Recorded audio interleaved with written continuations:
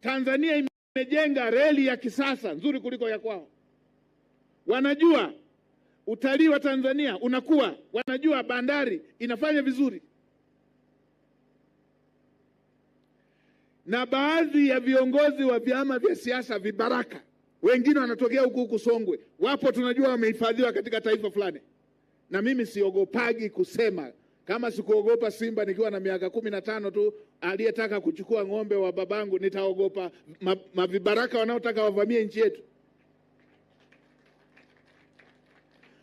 Nitawasema waliowatuma na vibaraka waliotumwa wamehifadhiwa. Wapo wa vyama vingine vibaraka, badala ya kushiriki siasa wanataka washiriki ukibaraka wa kuharibu nchi yetu. Wamehifadhiwa ni viongozi wa vyama vya siasa.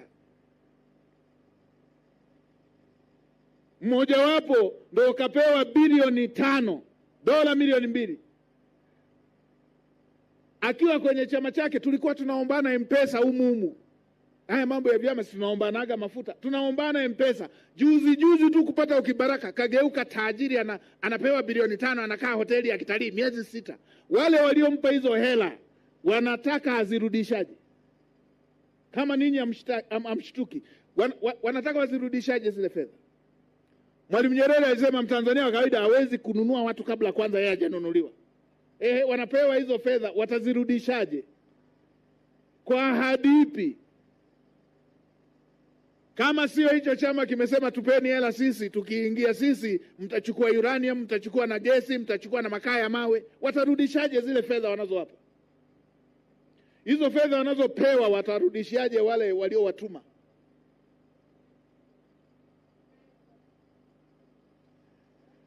Mimi naijua hii michezo ya rasilimali yote, naijua. Na wakiendelea nitafumuka zaidi ya hapa. Simtanilinda? Simtanilinda? Wangapi watanilinda? Nchi zote zilizowahi kupata rasilimali haya mambo ndio yalitokea. Angalieni kwa miko ya mahusiano ya kimataifa sitataja. Angalieni hata huko SADC. Kuna nchi zimewahi kupigana miaka na miaka zilipogundua tu rasilimali. Zilipoisha hizo rasilimali na wale vibaraka wakaisha.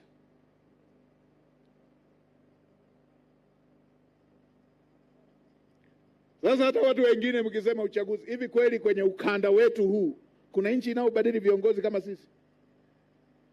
Kule kwingine kwenye zile demokrasia zao wanazozijua wenyewe, mliwahi kuwaona wakiwakemea?